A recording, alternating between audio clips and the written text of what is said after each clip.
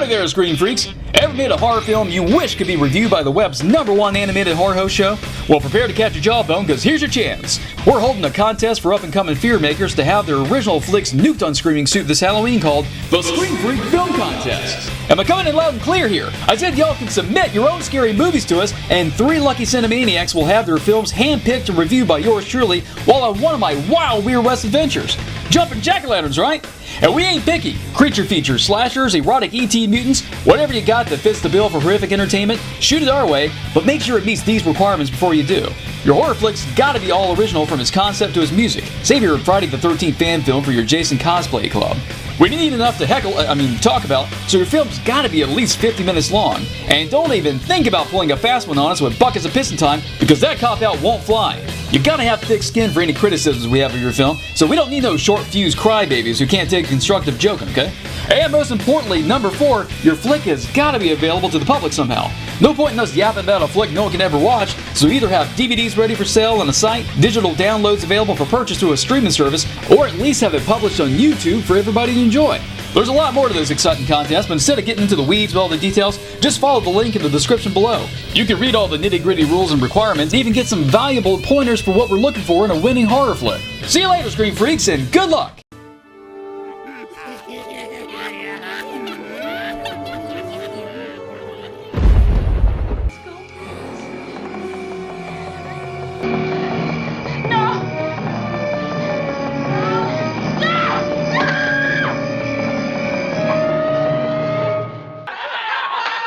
I don't believe it. A mulligan ending? Fuck you, you twist-ended dicks! Have at it, Billy. I need to simmer down. Hey, I almost forgot. Happy anniversary, partner. Feels like it was just yesterday I found you on the run from hell, and all those woolly buggers wanting to sacrifice you for releasing their raggedy old gods. No sign of their Iron Horsemen after you anymore. I think it's safe to say we're in the clear. Well, stay with us now. Invulnerable or not, I hate to see us survive explosions just to get hit by a bus, if you know what I mean. But I guess we're all living on borrowed time, you know, even in the afterlife. But you had to figure right out the gate, Billy.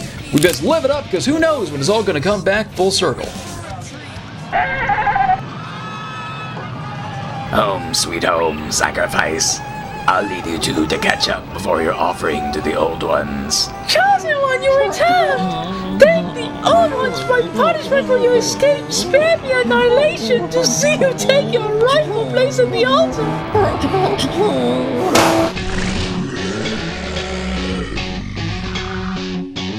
I can't watch much more of this. It's not scary, it's just shit. Paper mache and painted laser rays, dumbass monsters made of clay. If you want to scream, come scream with me. Scream, soup, screaming soup. If you want to scream, come scream with me. Scream, soup, screaming soup. What the hell is this supposed to be? Action, romance, or sci-fi comedy? I just don't have fucking time for this shit. Bring on the blood and show me the tits. If you wanna scream, come scream with me. Scream, soup, screaming soup. If you wanna scream, come scream with me.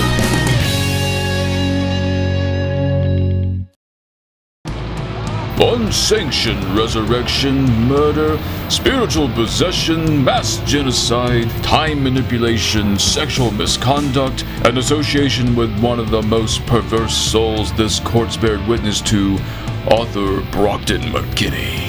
How does the defendant plead? You butthorns are making a big mistake, okay? I'm the mastermind behind this assload of souls dumped at your doorstep. Shouldn't you reward me with a one-way trip back to the full moon universe? Got me some big plans back there. Verdict? Naughty.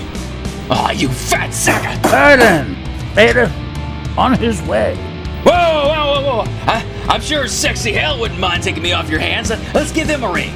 Sucks to be you. Damn, this is some heavy shit.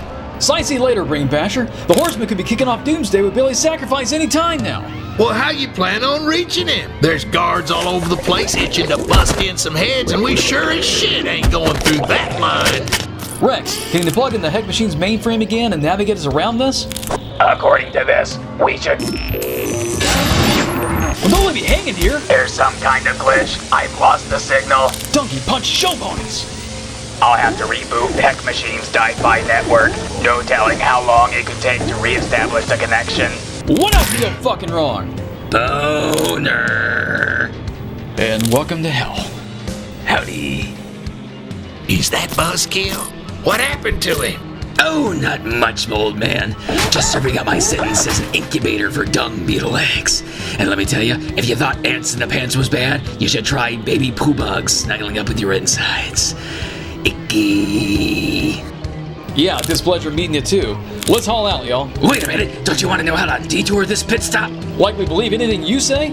Okay, I know I was acting a little big for my britches last we tangoed, but you follow that bend over there, it'll take you straight to the Underworld's ferry.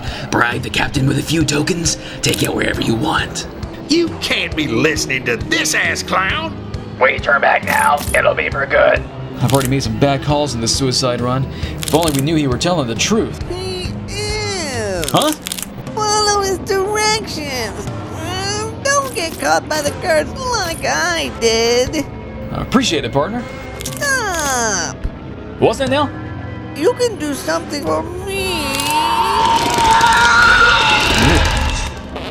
Sure thing. Just close your eyes. What are you doing? Are you crazy? Well, don't you want me to put you out of your misery? No, you sicko. I wanted to help getting free. Half of me is still here. I'm not a complete goner. You were really gonna shoot me? I've met my share of souls who didn't belong here, but you obviously do, you sadistically warped. That goner's so racked with pain his thinking's turned to mush. Let's get. Hey, you ungrateful bastards! I helped you! Now get me out of this! Eye for eye, boner! Boner! Whoa! Excuse me, Scream Freaks. Can't seem to outrun his bitching fast enough, can we? As you've seen, the Underworld's all kinds of freaky, but we gotta be cool and keep our wits about us. Times like this, our view always helps me stay level-headed. So how about we distract ourselves from the horror surrounding us with a look at In the Mouth of Madness? The meat of this less celebrated masterpiece from John Carpenter is just how apocalyptic a good book can be. Sam Neill plays an insurance investigator named John Trent, hired to find a big-time publisher's cash cow, author Sutter Kane. Kane's the world's hottest horror writer, outselling Stephen King and R.L. Stine, and he's gone missing with his newest book, In the Mouth of Madness. Anxious to get their stinking paws on the damn dirty book, the publisher stresses they gotta get it into stores before Kane's eager fans tear each other apart, waiting on what could be his biggest hit yet. Always cynical, John thinks Kane's disappearance is a publicity stunt to boost sales, but takes the case for the hell of it anyways.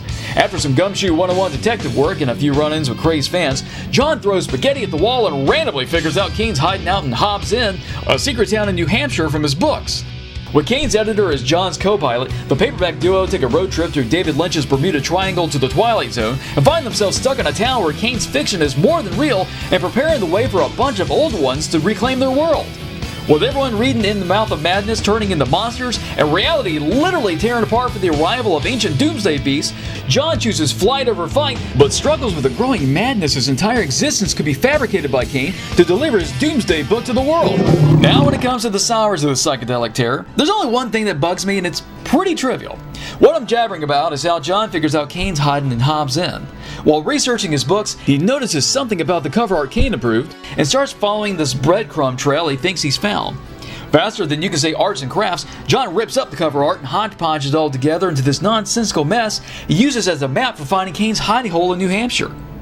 What? Like I said, it's trivial and doesn't blow the plot out of the water or anything, but it's just not clear enough whatever it is John sees to come to this acceptable conclusion for us to move into the scarier parts of the flick. It wasn't until I accidentally found images of the book covers online I could see each one of them has this outline of a puzzle piece, and they all fit together to form the state of New Hampshire with a hint at where Hobbs Inn is. Clever, but unclear. It's the end of the world as we know it, and there's no pissing time. And that goes the same for focus scares, not a one in sight. Wait! There it is! Where do you think you're going? Move it or get your face rearranged. Cool it, Brain Basher. I see no guards, which means you must be tourists. Come to steal a ride, have you? Yep, we got 2 tokens with your name on it if you can take us down this tunnel of damnation here. 8 tokens, 2 for each soul. What? That's not fair. A Motobot doesn't even have a soul. He's more like a carry-on. 8 tokens. Is that or taking your chances with the goblins? Fuck! Everybody empty your pockets.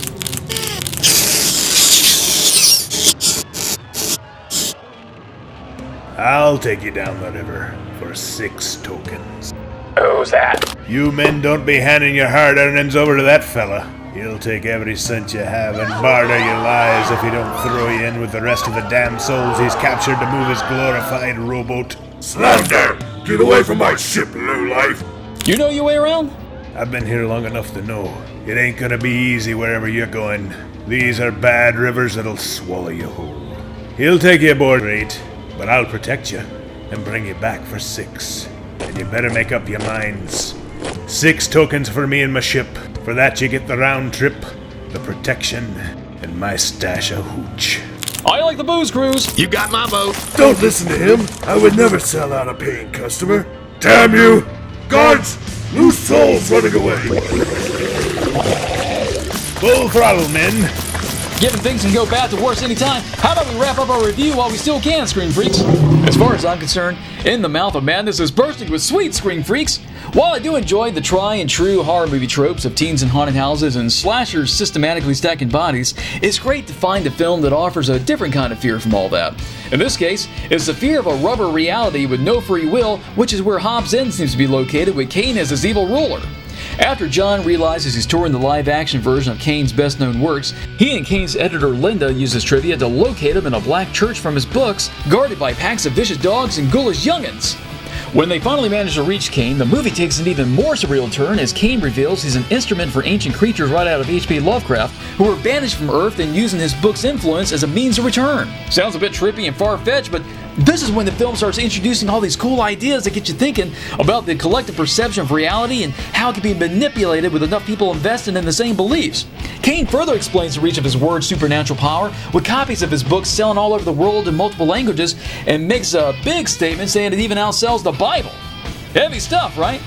And for anyone who ain't a bookworm, there's always the movie spreading its message, like the film adaptation of In the Mouth of Madness, starring John. That's right. Escaping a guy with a magical typewriter and ties to slimy world-invading monsters ain't bad enough. John's got to figure out if he's even real on top of all that. Kane claims he wrote John into existence as a protagonist of In the Mouth of Madness, which mirrors John's entire quest for Kane in the book to the smallest detail. The plan is, once John gets in the Mouth of Madness to press, the world masses will consume it and be transformed in the old one's image through the power of its words. Of course, this image is of some pretty gnarly looking tentacle boogers that remind me of The Thing, but Carpenter is way more reserved in just how he presents these cinematic creatures by comparison. Except for this freaky moment when John's investigative instinct tells him Linda might not be on his side anymore. Jumping jack-o'-lanterns! Anyway, whether John's a regular guy with a hijacked destiny or a work of manifested fiction, he obviously refuses to have any part of changing the world for the worse. But that's easier said than done as Kane flexes his powers on him with color filters, respawning manuscripts, and time tampering. Now this is one of them open-ended kind of stories I can get behind. We never know for sure if John is a defiant figment of Kane's imagination or a manipulated victim by the end, but everything wraps up the same way no matter which truth you accept. Putrid polecats. This is a hard one to peg, y'all. While this is an apocalyptic movie promising a lot of death and destruction with the old ones knocking at the interdimensional door, there's only 3 confirmed deaths, none of which are all that eventful. The rest of the body count is questionable, like at the asylum John's committed, because folks go missing and things are abandoned, but who knows if they were turned into monsters by Kane's work or eaten by Lovecraft creatures. Now regarding the coveted boo count, we got nothing to show y'all. Only skin you're gonna find in this doom and gloom prophecy is this geezer's whipped ass. But just so there's no sourpusses out there.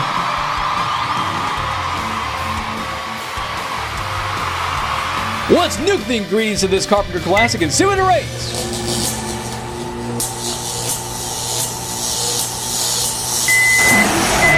4 out of 5! A unique breath of fresh fear, this End of Times terror is a solid hit with captivating characters, thought-provoking themes, and glimpses of mean-looking booger beasts I wish had more screen time, along with more imaginative kills.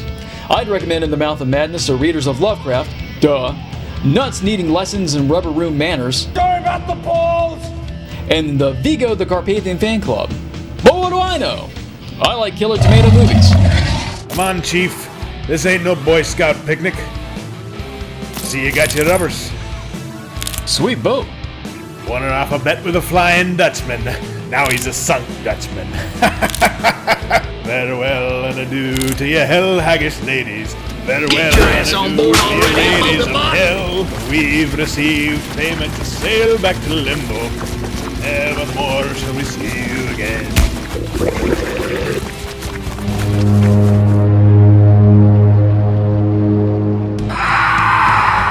Jumping jack-o'-lanterns, what the fuck are those? You're in the belly of the beast now, Chief. Those are sentries. They roam the rivers taking out anything that don't belong. Stow away! Ebotobot, Brutal Defense XXBBCCCCAAX.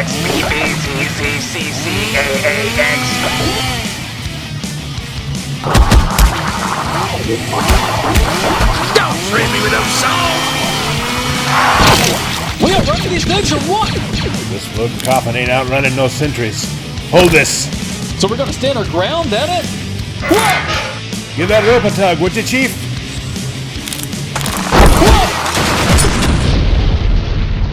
Take that, you sons of bitches! Hell yeah! That is what I call a badass! Where are we going, Chief?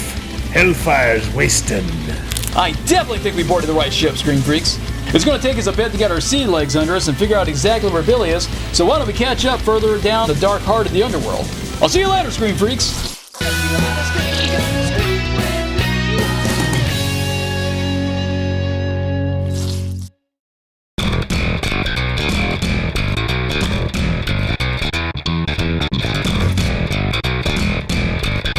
Well, howdy there, Scream Freaks!